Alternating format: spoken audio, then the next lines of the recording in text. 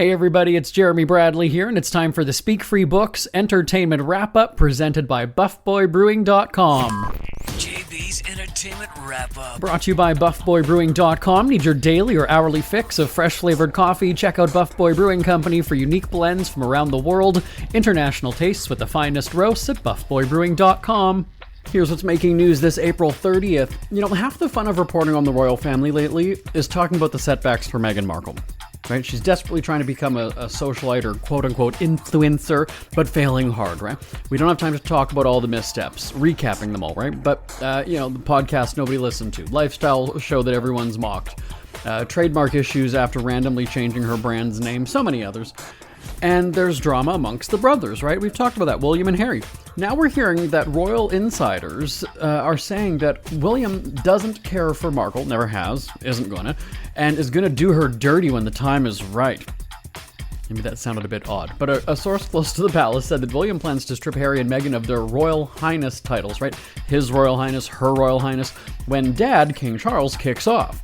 Apparently, William takes issue with Meghan distancing herself from the royals. Remember, the couple stepped away from royal duties when they moved to the US, and William takes issue with the contradiction where Markle doesn't want to be a royal, but she still wants to cash in on the title, namely that she uses HRH alongside her lifestyle product. Quote, Charles might be happy to put up with this, but William won't.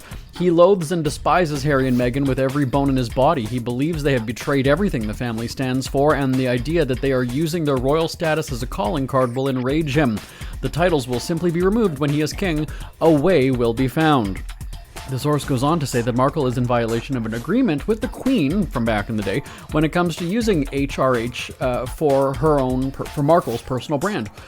Now, a source close to Markle denies the violation, saying Harry and Meghan retain their HRH titles. However, by agreement, they do not use them for commercial purposes. Now, it's noted that Markle signed some of the official products from her line with the letters. The Markle source clarified, saying, while they do not publicly use HRH, this was a personal gift and the titles remain. Back to that first source, though, they reacted to Markle's defense, saying rubbish.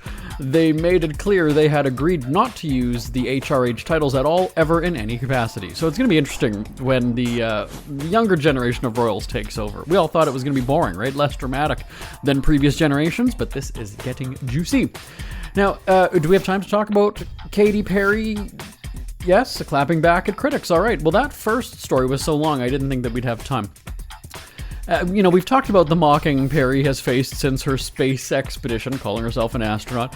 It actually hasn't stopped for weeks. Now, she's clapped back online on a fan page saying, I'm so grateful for you guys. Please know I am okay. I have done a lot of work around knowing who I am, what is real, and what is important to me. Remember, she kissed the ground. She had an experience.